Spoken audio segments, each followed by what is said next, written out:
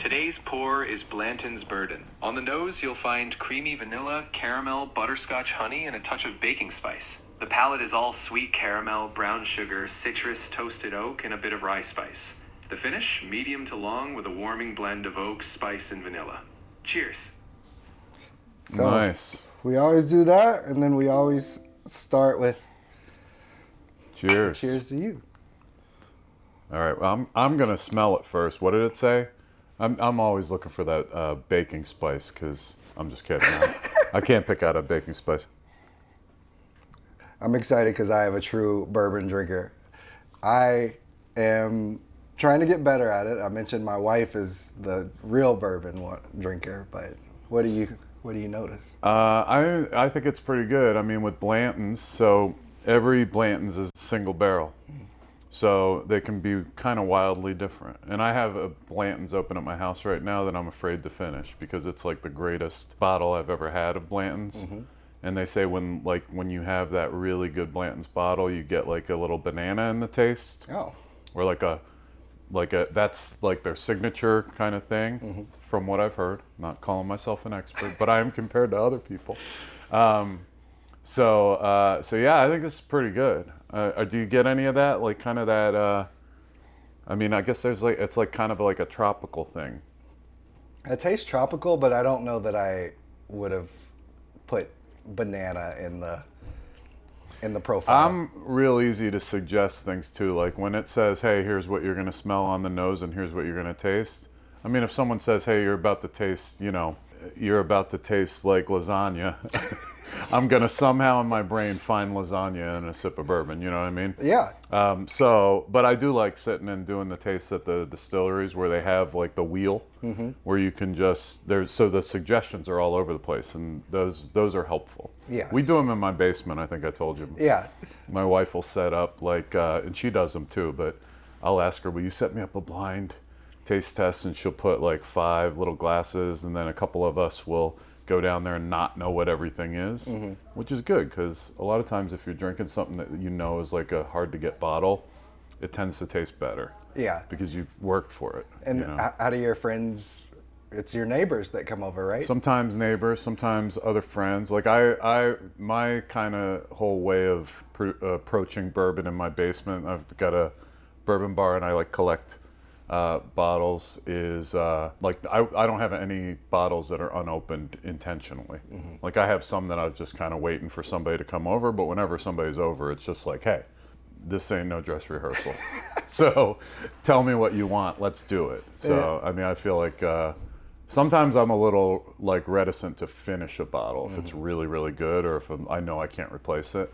So I'll start until I don't start getting nervous till there's like about a third left, and then I go, well, unless I have a backup, yeah, I'm gonna put that one on the back of the shelf a little bit. We do the same. We have a barrel that we have the bourbons, and then we have more of a display, and then as the amount or quantity gets lower, we elevate them to more of the display so that we can really keep those special bourbons for special moments. Yeah, cool. What is your most prized bourbon of all the ones that you have? So I think my most prized is probably the Maker's Mark Cellar Aged. I have the 2023, 2024, and 2025. Mm. And I like to put all 3 of them against each other and all that stuff. It's the first time they've ever done something that's aged that long. And I think they only put like 10,000 bottles out in the country. Mm-hmm. And so, Maker's, like I've visited a lot of distilleries, and Maker's is kind of my favorite. And it's because of I'm just blown away by their operational excellence. Like, it's when you go there kind of thinking through the lens of how does somebody do something so consistently all the time? And they don't do things like with the Buffalo Trace. The way I understand it is they kind of start things based on one of their mash bills, and I think they have like 4 of them. And then they decide, okay, this tastes like Blanton's based on that mash bill. Or this tastes like Eagle Rare. And then no matter what brand it is, that depends on where it goes in the rick house in terms of what level.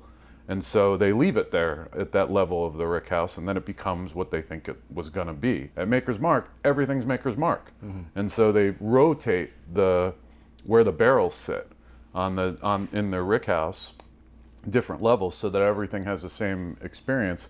and there's no defined age. It has to age for at least, I think it's 4 years, might be 5 years. And then like a panel of 5 or 6 people get to taste every batch, which is like some grouping of barrels, and decide, oh, it's got to go age longer, or this is it.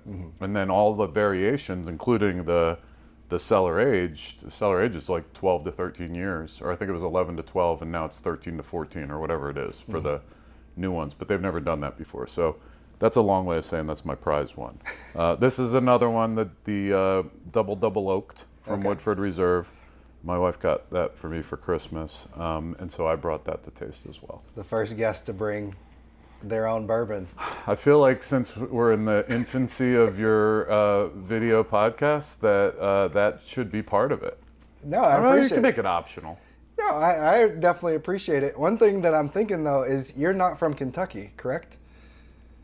I've lived here for 14 years, right? So when did you make the transition to bourbon, or did you come in?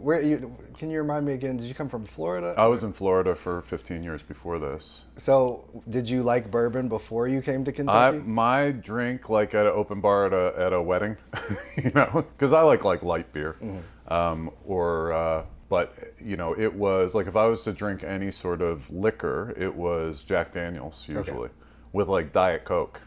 Yeah. And then I had never drank bourbon or whiskey on its own, like without a mixer.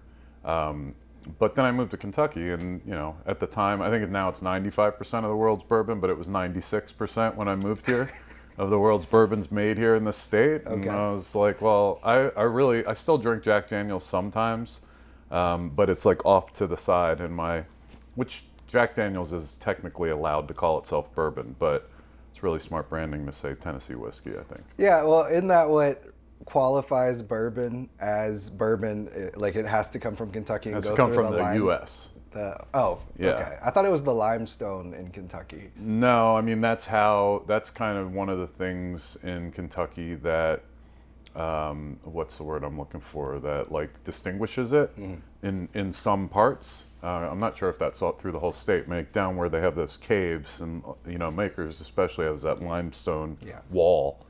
But I think it has to, so this is a test. We should ask Covington. It has to be made in the U.S.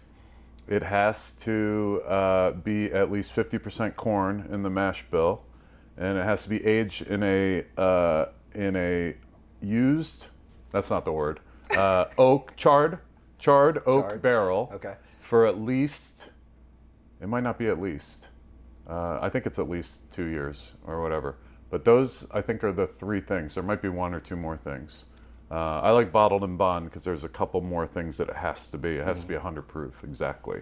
And so you know what you're getting when you're doing that. This is exciting. We have a true bourbon expert. I mean, I'm not, you know what, in a room of experts, I am not. But in a room of just people who like to drink bourbon, then you can kind of, You're in a room of people that just enjoy it's the same with AI. You know, it's the same with AI. If I'm sitting there with a bunch of techies, I'm going, maybe I don't know anything. That's a great transition, because I'm just going to give some people a little bit of your background, and you can correct me if I'm wrong, but you are a former journalist. We have that in common, although my journalism was in high school. I still enjoy writing. You were a former VP and general manager at WCPO Digital. You are a former VP of local media operations at EW Scripps. You led the East region of a major U.S. station group, including its television markets, where you had over 2,000 employees and $600 million in revenue. Those last 2 things were the same thing. Okay. But we'll blame AI for doing the research. You're a founder of Gruntled Leadership, right, where you advise senior leaders and leadership teams and organizations on navigating growth, transition, and complexity. And you established a new framework for executives called The Leash and the Lightning, where you help senior leaders use AI at full power without losing their voice, their judgment, or their edge. So as far as questions go, we just obviously are transitioning into the AI conversation, but I wanted to start with The Leash and the Lightning. What does that mean? Where does that framework come from? So The Leash and the Lightning is my framework, my personal framework for, I asked myself, and we had this conversation the first time we met, and we talked a lot about it. Why am I good at it? Why am I good at using AI? Because I didn't know that I was, and then I got in the Proper Group, which is a startup I work with. There's 75 or 80 of us, and we're all fractional executives, and I'm on their leadership team. There's no AI in my title, and if someone has a question about AI, they come to me. And so I'm like, wait a second, like I didn't know that that what I was doing was different from what other people was doing. And so I started thinking about it when people started coming to me, probably a little less than a year ago, to just go like, what am I doing? And let me try to get it out of myself. And so anyway, long story short, it's a service dog metaphor, service animal, the leash and the lightning. So if you think of a service animal, you think of this powerful, creature that is more powerful than the human that trains it.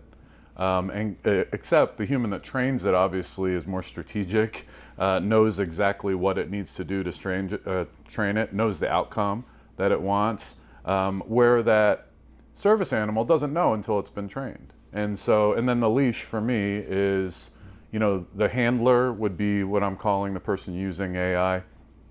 The lightning is AI itself. The leash to me is what is in between those two things, the kind of the control. And so when you think about how to harness a very, very powerful creature in AI, you can tighten the leash, which I often find myself doing, and I'm sure you do as well when you're trying to get the result that you want from using it. You can let the leash out a little bit, and if you don't let the leash out a little bit, sometimes you're going to miss. You're going to be constrained by your own thinking, and so you have to let it out and let it be creative, let it run, let it kind of expand the way you're viewing something. Because when you think about AI in general, in these large language models, it's really just predicting what a human would say next. But it has it's an understatement to say it has an encyclopedic knowledge. It has a knowledge of everything. That's out there. And so it's like this, I've heard this say, I don't own this, but I've heard it called a brilliant toddler. Completely agree with that. I mean, it needs to be harnessed. So the leash and the lightning, I'm really obsessed with the idea of what the human brings to AI, because I think that is the number one differentiator. Everyone has the same tool now, and so the differentiator is going to be the human that is using it and getting what it wants at the end of it, and knowing how to do that. And so that's my framework, that's kind of filled with all of these things that I do and that I've learned about it. I'm wired in a way where my whole background and the way that kind of I was wired, it's like if you look at, you're a basketball player, right? You have athletes in your family. I have musicians in my family. And I think, well, there's some God-given talent, or just kind of the way that people are wired, that adds to and kind of makes up, here's what they can do. And when I think about the way that I use AI, I'm like, some of these things are weaknesses in other contexts. Like, I'm going to push every button. I'm going to sit there and read every instruction guide for every piece of technology I ever get. Like, I want to know what everything does. And then I've found out through using AI that when I'm not dealing with a human, man, I can be really stubborn about what I want at the end of it. Like, if I'm dealing with a human in a leadership capacity, there's a time where you just have to kind of compromise the perfect in order to get the good. But you can really strive for exactly what you want with AI, because you can't hurt its feelings. Right. And if you don't get what you want at the end of a project with it, it's on you. And so I'm trying to figure out, what can I take out of the way I was made up and the experiences that I have that make me good at this, identify those, and then help other people. You said something interesting where you brought up how different people have different talents, and you called me out for saying everybody can just use AI the same way. And we both have had these experiences where that doesn't seem to be the case. Do you think that communicating with AI is a talent? Yeah. Yeah, and I didn't call you out. No, that's true. But You no, corrected I me. was doing my homework on you and watched some of your videos, and I'm like, wow, man, me and Arian are right here. Like, we're singing from the same songbook, which is cool because you could tell how often you use it, right? And all the things you've put it through. And the first time we met, we were having coffee, and I just said, "Hey, the one thing I'm gonna pick a bone with you here is you said I can do all this because of AI, and it's just the tool that everybody else has. Everybody has the internet, everybody has a phone. Like, there's a lot to talk about the tool, but you're the differentiator. Like, if everyone can do it, they wouldn't need you to get up in front of the room and tell them how to do it. And it's not just because you're an early adopter; it's because there's something, and I think it's worth distilling that. And I think distilling that is what turns into what you're telling people on stage, because we don't have there's a couple books, but you're not going out and reading a book and knowing how to do it. It's changing so fast that the rules change every week. The rules change this week on Claude. Right? They started throttling people. Yes. The rules change every week, so you really have to keep on top of it. You have to be passionate about it. But I think you and I and too few people now know exactly what it can do currently. We all talk about what it might do in the future. There's stuff it can do currently where I'm still like blown away as I stumble upon these things like on a weekly basis, where I was like, I didn't know it could do that. And now I know, and so now what can I do with that? Sure. I had this moment when I first started using AI where I began building on my own, and I would show it to different friends, even my wife, and I never got the reaction that I expected until I had this one friend who's going to be on the show eventually. He's a consultant for Starbucks, but he was the only one that looked at this product that I had built and was quiet, and he said, "This is going to take my job." Right? And I'm not saying that I'm not saying that it will, but he understood the power that was capable with what I had built over a matter of a couple of days. Yeah. And so up until that point, I felt the whole world was gaslighting me. And maybe it's because like my wife is a physical therapist, so she's not on a computer as much. Maybe some of the people that I went to aren't on a computer as much where I am, so I am like, it's this entity is taking what I'm asking and just building stuff with it. So maybe it was a little bit more front and center for me. But did you have similar experiences? I mean, my wife's not often impressed with things that I do as much as I would like her to be. So yeah, I mean, I do think it's based on what their frame of reference is. But I mean, I don't think that's. I mean, yeah, I have the kind of the whole way that is going for me, and it sounds like for you as well, is when you find some people every once in a while, it's scary when their reaction is, "This is going to take my job," because it's true in some cases. But I think it's more just you in order to look at something you've built and know, oh my gosh, that took a lot less time, or that looks a lot better than it would have, or that ended up in a different place. I think you have to have some frame of reference for it. So it depends on who you're showing to it. But if you start, last night we watched a movie. Have you seen the movie that's, what is it called? Good Luck, Have Fun, Don't Die? No. All right, it's about AI. Okay. And it came out last year, and we watched it last night. It has like Sam Rockwell in it, Okay. and the woman from Ted Lasso who plays Keeley. And I think what the movie's about, spoiler alert, it's not really a spoiler. AI is inevitable, right? Like it's just everything that's going to happen is inevitable. It is too powerful of a tool. I'm sitting here thinking, I mean, these watershed moments that we've had in our culture and in technology, and as they've influenced culture and business and everything else, like, the internet and social media, right? And just, I mean, there's more, the smartphone, right? But when you think about AI, I mean, I tend to think this is bigger than all of them.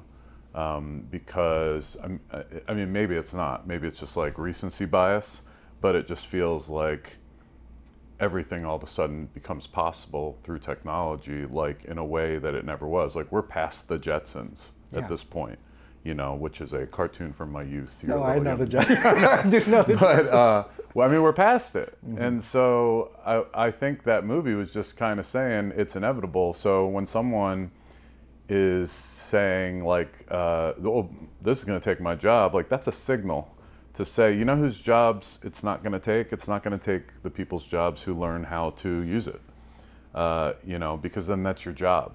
And so, I mean, I'm really reframing everything I do now because I'm going, all right, maybe I'm out in front on this thing as you are. I'm building stuff. I'm blowing myself away in terms of, to me, the biggest difference is like, you know, in order to build the stuff I'm building right now, I would have needed other people to come in and do it. And you just don't do that when you're sitting, working in your office at home and you're busy and all this stuff. Are you going to ask somebody to go, you know, go code for you or to go do that? Since we talked, I've been using Claude Code. There you go. I got something to show you. I'm not starting small. I'm starting like really big. Yeah. And, but so yeah, I don't know. It's really, really complicated. It's scary and it's exciting. You know, I have bad dreams about it sometimes. Like, it's scary that here's where we are. But I mean, I guess the way that I'm kind of approaching it is, you know, you just have to kind of roll with what you're given. And it's not like any one of us can go stop this. We can't stop the momentum. Right. You know, I know there's environmental concerns. You know, people ask me or talk to me about that.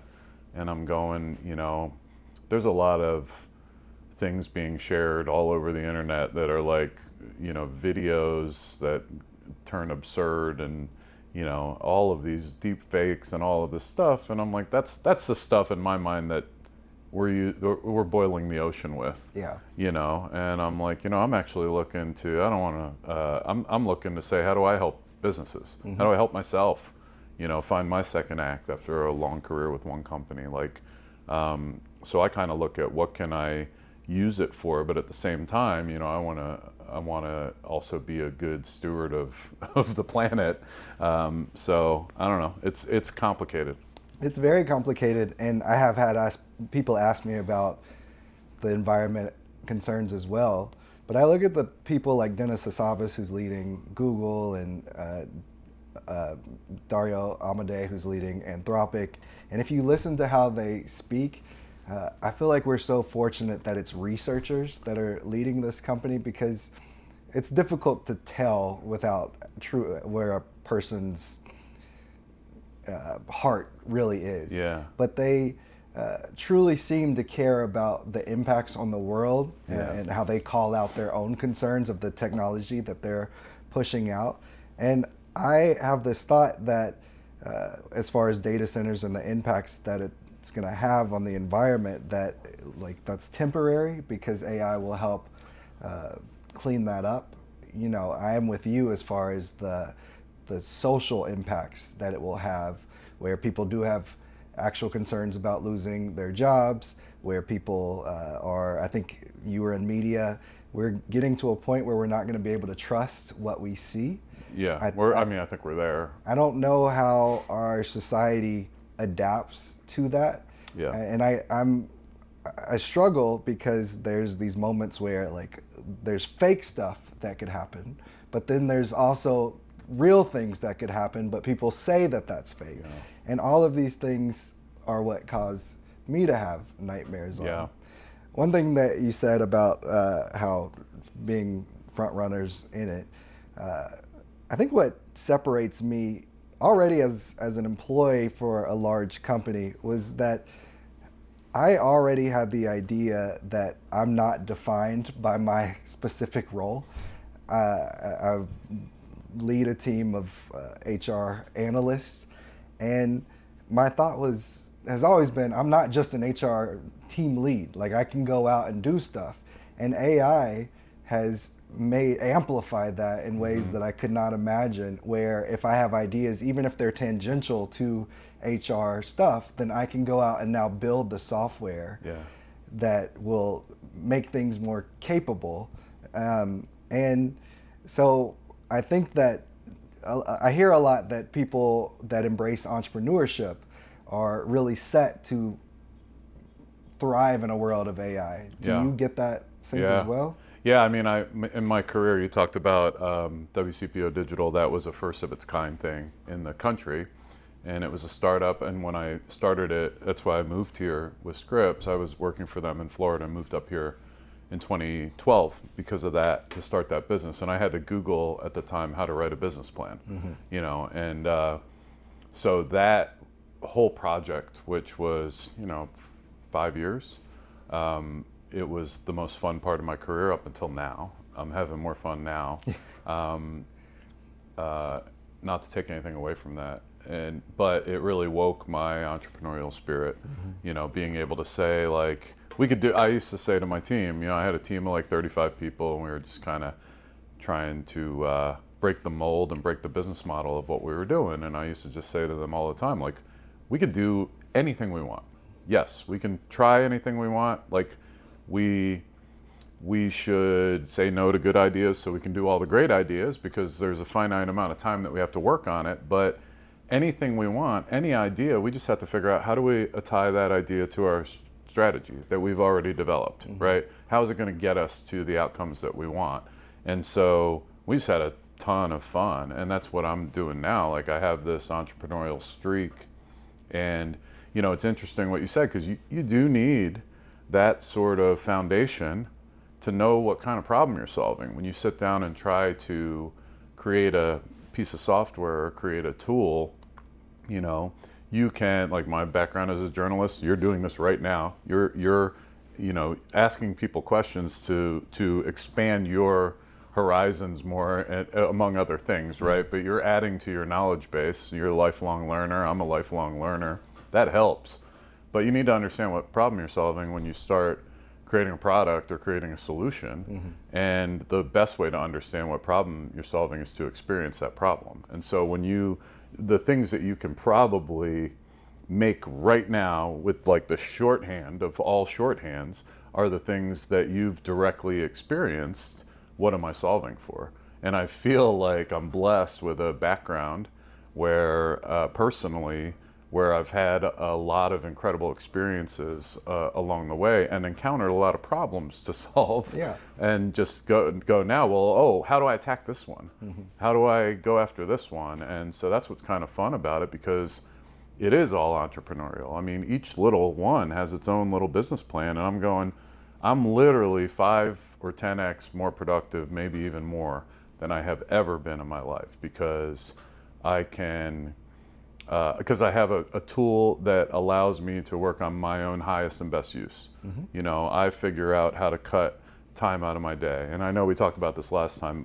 I'm obsessed with the idea of, you know, spending or making $1 without spending an hour. You know, you have a certain amount of chips in your hand every week, which is however many hours you have in that week to work. You know, 50 chips. Let's just say you work 50 hours a week. You know, every time you have to put one of those chips in the machine, you have one less chip. But I do think there are tools out there right now where you can go, well, how do I scale this? How do I automate that? How do I make sure that everything I'm doing has a high value on it? You know, I'm starting to value an hour of my time as, well, the opportunity cost of that hour is, you know, I'm not going to say how much, but I put a value on that. And just say, well, is it worth that to me to do this? Or do I have to invest some time to figure out how to cut some of those hours out of my week? And then once I do that, that entrepreneurial side of me is saying, all right, if I just solved a problem for myself, how do I now solve that problem for someone else? So every time I solve a problem for a client, like, I'm a business coach as well, and I've made like 5 AI things inspired by those particular clients I've only been working with for like 4 months. And every time I solve that problem, then I go back and go, all right, well, let me productize this so I can pull it off the shelf next time I need it, customize it for whoever I'm working with. And then, you know, I just have this growing toolbox going of things that I know I can pull on, and at the same time pay attention to when I can improve on those things, you know. Yeah, you said a couple of things. One stood out to me was creativity. I feel like that's what AI is for me. I have this background in entrepreneurship that I didn't know that I was going to get into, but with that, I was by myself. I had hired software developers and graphic designers, but when I would go out into the world, it was me. I was bank, I was product tester, I was project manager, etc. And so it was very lonely. But with AI, I can be creative and build the support that I need to accomplish different tasks. If I need a project manager, if I need a software developer, if I need a red team, someone to challenge my own thoughts to get to a better place. And then I give all of my AIs names too. So if something doesn't go right, I'm like, what's going on with Carl over here? Yeah, I've done that. So it's also like, I love that creativity. I think about what expert would I need to help challenge or solve a problem, and then I can build that. I also have a terrible ADHD, and I don't think linearly at all. I'm all over the place thinking. Cheers. We could have a 4-hour conversation if you want to. So, but again, AI helps with my ADHD because we talked about Claude Code in my Claude MD files when I'm truly using it and I'm setting up my system prompts and stuff like that. The AI knows that, and so it can steer me in a direction to call me out when I'm chasing something that's down a rabbit hole. It's just crazy how that works. The other thing that I think about when it comes to working with AI, and again, you mentioned Claude Code, is as it's changed my relationship with work. You know, before I would be like, I need to come in, I need to put in my 40 to 50 to 60 hours to accomplish these tasks and do whatever. And as I've worked more and more with Claude Code, they just released remote control. Yeah. I literally will set up a session on my computer, go downstairs. I've got multiple agents that are working that each have their expertise. I set up a team lead that's overseeing everything. They've all got a shared doc, so they're checking in with each other. I love this. Then I'm on my elliptical doing work, reading The Art of the Interview, and getting pinged when they have questions for me or when I have questions for that. But as far as time goes, my favorite example of this is I was outside the other day with my 2-year-old son. I'm playing with him while work is being done at my computer. I get a text and, you know, this project's done, or do you have any questions? Keep it going. It's changed the way that I think about work. I don't need to be in front of my computer just tapping, you know, tap, tap, tap all the time. Do you, as a executive coach, former executive, how does that land on, well, I know how it lands on you, but do you think that other executives are ready for this change in framework of how we work? You know, what are your thoughts? I don't know. I mean, it's different personally than how I think about other people sometimes, and I'll try to express what I'm thinking about that. I think that for me personally, I refuse to do work that I don't love. I mean, listen, there is work that I don't love that's part of my job. Sure. But I would never, like, I'm so filled up by what I do. That's what it was for journalism all the time, because I had, you know, properties around the country that were TV stations. So lots of things went wrong, or lots of things happened, or that you just couldn't control. And so I'm so used to that I think I'll just always be that way. But I do think that yes, it can absolutely change your relationship with work and what working actually means, and what, you know, the time that you have. Like, if I was working with a leader on AI, and the things we're talking about for somebody that doesn't use AI a lot could be very intimidating. And because it's like you're next level having all these agents and having like a foreman, talking to all of the different Claude agents. Like we need to talk more about it, but I'm not even sure if I want that. You know what I mean? Yeah. Because that to me is like, wow. But I think, if I was talking to somebody who's dabbling, and I talk about that in Leash and Lightning, a dabbler to a handler. If I was talking about somebody who was dabbling and trying to get them to the point of, hey, let's figure out how to make this work for you, I would start at a very certain thing. But what I would tell them is, I can give you back 5 or 10 hours in a week, if that's what you want. And then if you're me, you're going to fill that 5 or 10 hours with sitting and making more stuff with AI. Yeah. Like, that's what I do. And then I find myself making more hours for myself and doing it as well. But if you're some people, they might go, oh my God, I need that 5 hours so bad. And so I think there's ways to do that. So I do think that if you know how to use it, I think the biggest thing in terms of your relationship with work is it can make you more productive and it can make you more efficient. And I'm not talking about just your business. I'm talking about every individual. There's people out there that are burned out, stressed out, and they're stuck because there's been other people in their company that have been laid off and all of these things. We're in a really, really scary professional environment. I see so many people, out there looking for a job. I mean, I left the company after 24 years. I was like a babe in the woods. I didn't know what to do. And I feel way better now than I did when I left it.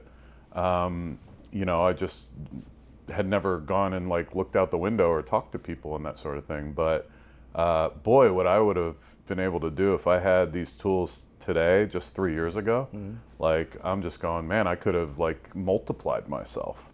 And now I can, so it's kind of cool. But I don't feel like you or me are out in front of something that people can't catch up.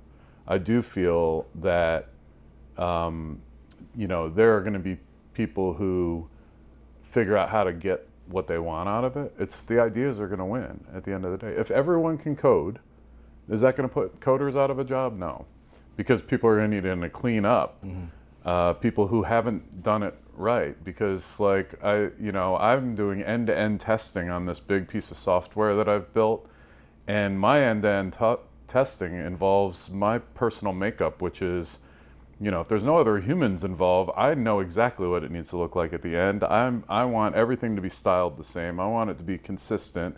I want everything to work. I'm going to test. I'm going to push every button and test everything. But not everybody's going to do that, especially people who say, oh, I'm an executive. I don't do that. Like, I think that's the the most fun thing for me. I almost said funnest. Is that a word? It could be. The most fun thing for me in this whole thing is that I'm working again. Like the last 5 or 6 years of my career, I loved my job, but I wasn't doing anything other than constantly communicating and staying up at 30,000 feet and solving problems and making decisions. But I didn't get to build anything. I didn't get to make anything. I had to offload all of that to the people who, in our company were the builders and the makers at that time. And so that's why I'm having so much fun, is because I'm like, I feel like that gives me an advantage. I'm not as technical as the most technical person, but I'm not as experienced of an executive as the most experienced executive. But those two things together, I'm really excited about. I'm like, oh, that's what I should be out there talking about, Yeah, I do think if I had to pin down one thing that I think gives me an advantage, it is that I am working in a system. So I do have systems knowledge and understand what goes on behind the scenes and know how to test things. And I'm comfortable with failure, with something not working right the first time, and then going back and thinking it through and trying to create a process that can get me exactly what I want. Yeah. And I'm also comfortable with knowing what's delivering something where people don't know what's going on behind the scenes, right? Because I know where everything is. I know where things might mess up. How do you encourage people to embrace this more? How do we get people to take this serious and understand that those that could potentially be impacted from a job standpoint, in my mind, are just those that are not willing to embrace learning. Yeah, it's not going to go away. It's going to affect every industry, every company, and every job. And if you're not using it, your competitors are, and your colleagues are, your contemporaries are. So, I mean, I feel like if you had somebody that you knew in your life in a business context right now that says, hey, I don't use a smartphone, or I don't use email, or I don't get on the internet. Are you crazy? I'm not. The internet's boiling the ocean, right? Yeah. Or like any of those things that are tools that we use now in communication and in business, then they would be really hard to work with. They would be hard to, you would have to work around them. And so what's going to go on in this thing right now is like, I mean, you really have to adapt. And the way to adapt is to understand what it's all about, because it's not going anywhere. Like it is, it's inevitable. I'm just gonna,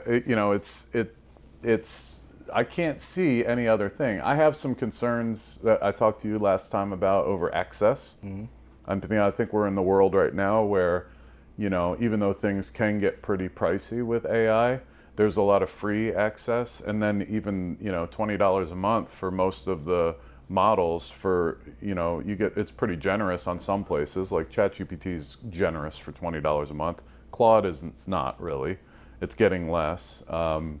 Gemini, if you have a, Google Workspace account for less than $20 a month, you can use Gemini. And what else is left? Perplexity for $20 a month. They give you the moon, And so when you start to think about that stuff, like we're in the world where, do you remember when Netflix was $7.99 a month? Because they just announced this week they're going up to $26.99 a month, and that's what it is. And so if you want Netflix, that's because they had a baseball game on Netflix, and then they're like, hey, we're raising it $2 a month. Hope you enjoyed your baseball. But anyway, when you start thinking about that, you're just going, well, what's going to happen with AI? Because right now, this is the honeymoon. Netflix is $7.99 a month period, and I'm thinking, what's the price of admission going to cost? Right. And that price of admission is also going to affect the quality of the output. Yeah. And so then when you start thinking you've basically got everyone hooked on this tool that everyone's going to have to adapt and use, and then eventually where are we headed to a space where you're going to have to pay to play? Of course we are, right? And so you just kind of think about, am I using it in a way that brings me enough value to pay that value? Is there a return on that investment for me? And so you better be using it, or else you're never going to get to use it, and then you're always never going to win in whatever, if you're trying to be competitive in a space. And so, I don't know, that's the scary part. That's part of the nightmare stuff, right?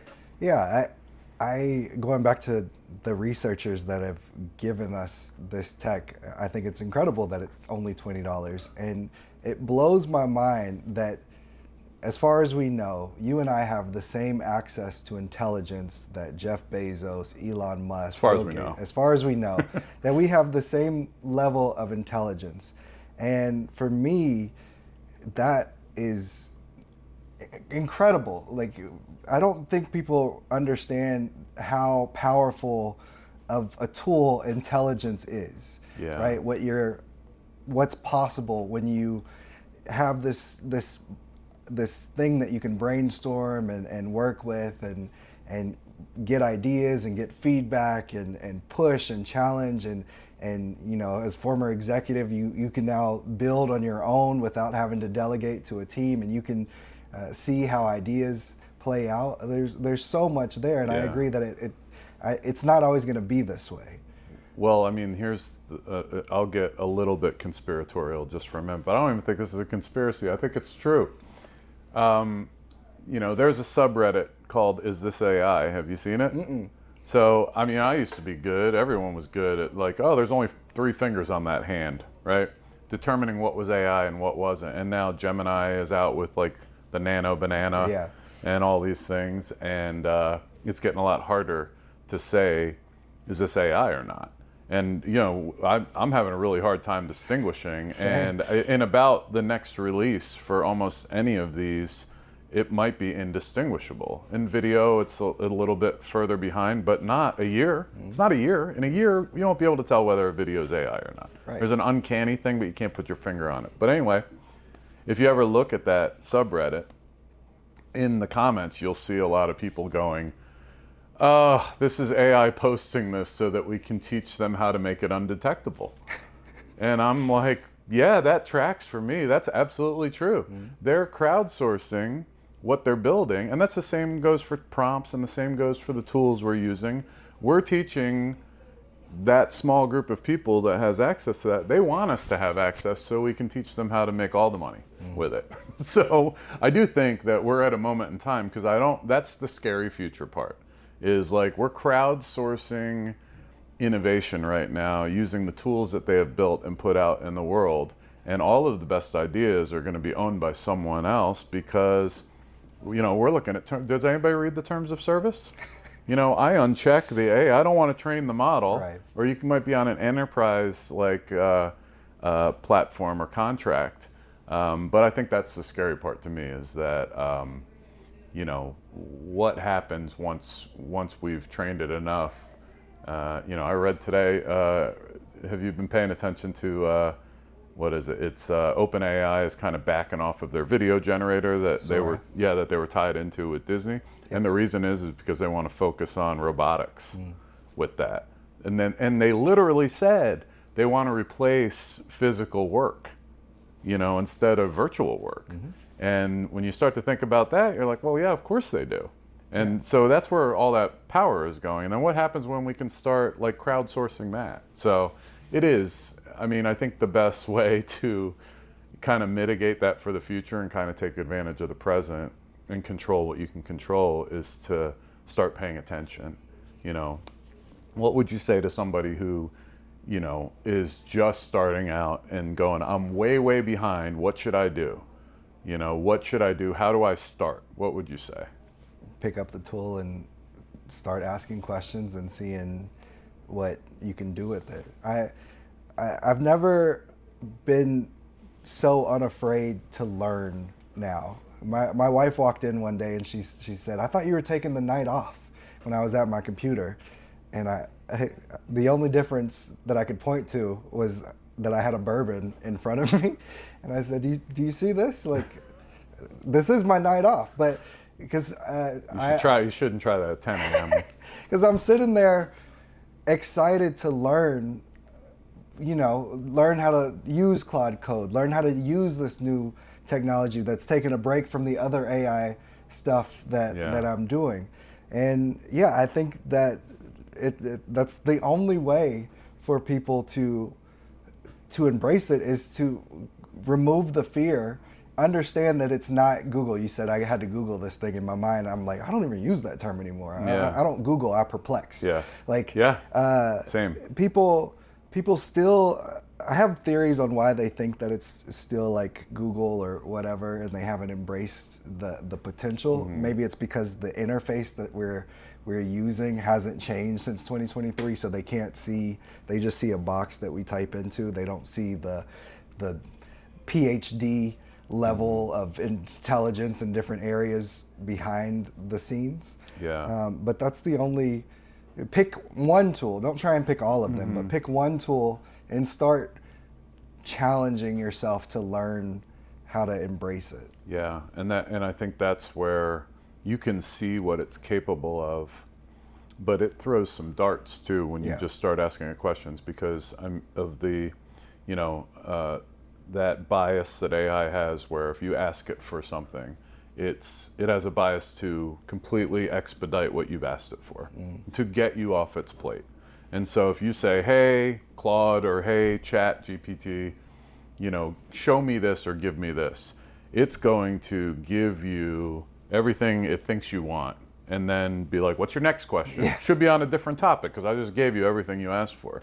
I think and that's where you start to find the utility of it, where it can replace a search engine, it can give you better information.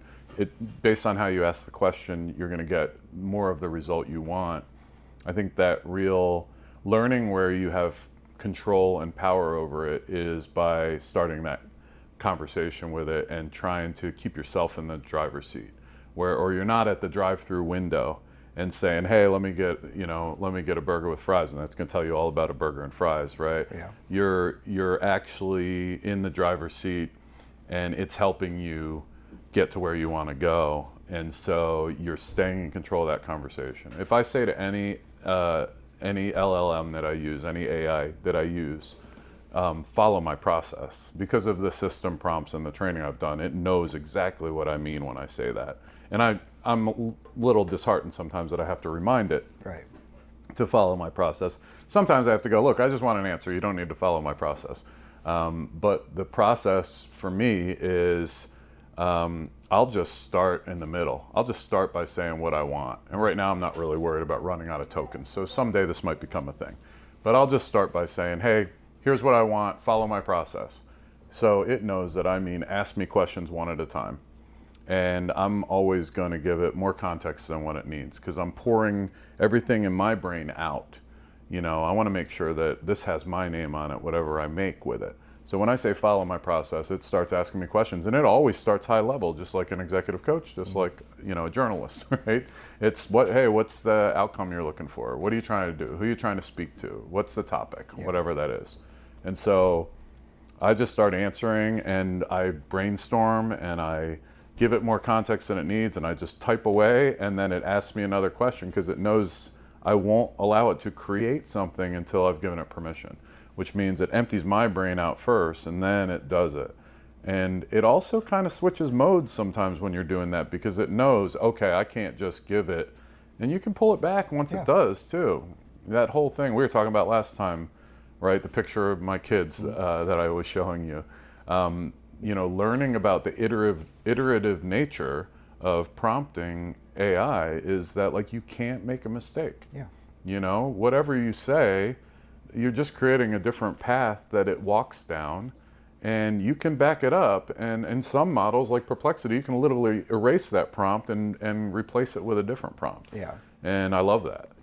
I wish everyone had that. But there's different things you can do where you just can't make a mistake. And so you just keep plugging away until you get what you want. You just have to go in there knowing what you want, and don't accept the first thing it gives you. And so that leads me to my first hot take. Are you ready? Yeah, because we're almost done. So I wanted to get one of your hot takes. Give us your best one. I have favorite. 7 hot takes in here. Let me see. What's the best one? I think that the best one is ketchup on a hot dog should be a misdemeanor, but that is non-AI related. Okay. I know I was coming strong with that one. No, here's the hot take. I think that mostly, for my own purposes, you might feel differently.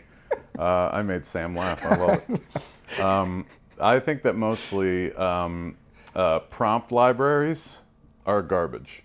I don't play with prompt libraries. So when people go, hey, sometimes you might go, what is the prompt to get to this? And I certainly write prompts in one AI and bring them to another. Whenever I do Perplexity research, I take a half hour building my prompt, right, to do that.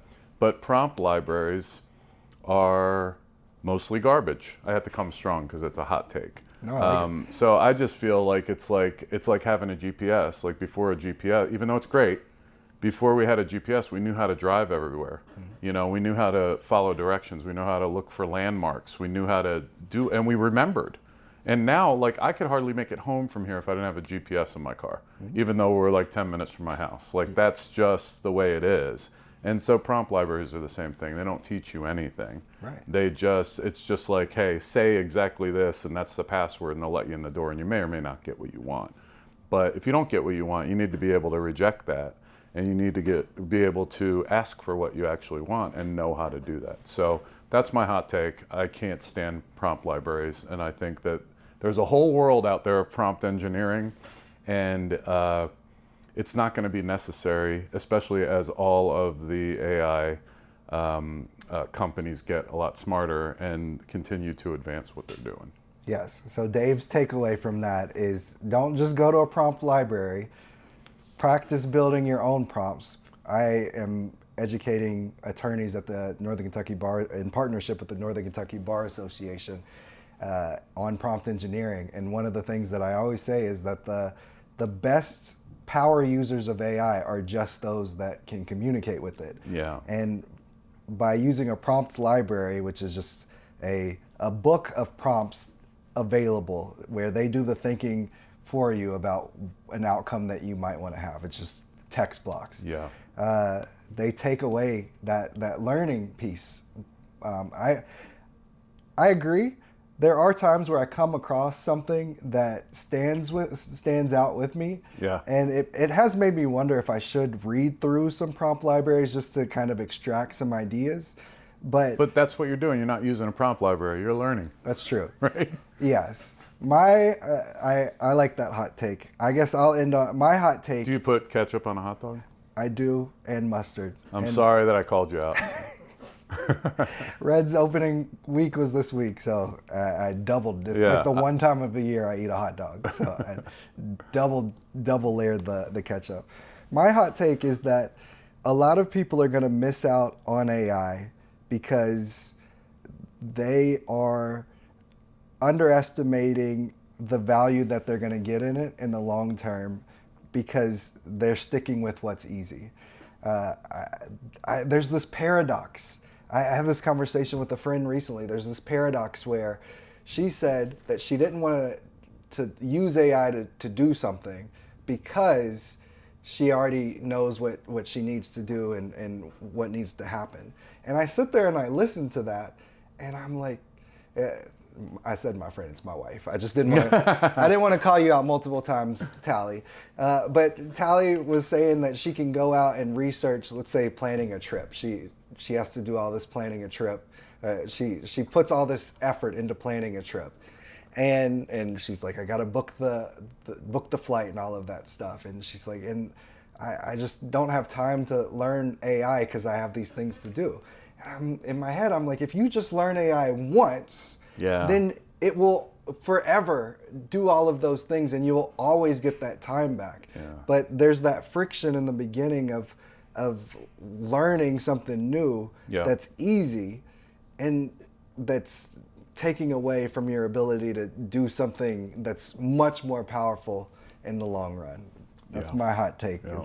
It's not as succinct and clean as yours. You mean it's not as spicy?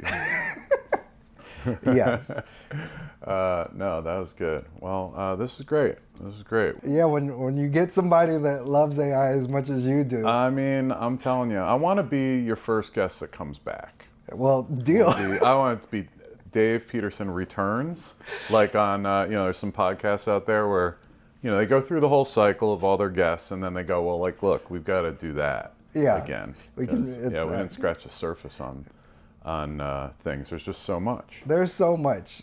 Dave, I can't tell you how much I appreciate you for joining me, for stepping out of to take a chance on something that hasn't even really been released yet, as we've been banking episodes. I mean, I told you when you said we're going to taste bourbon and talk about AI and business. Do you remember what I told you? That's your bat signal. That's right. So you put the bat signal in the air. Bourbon, AI, business, and I was like a moth to the flame. Bourbon, AI, and conversation. That's right. Cheers to you. Thank you so much for joining AI Cheers, on the Sam. Rocks. Appreciate you.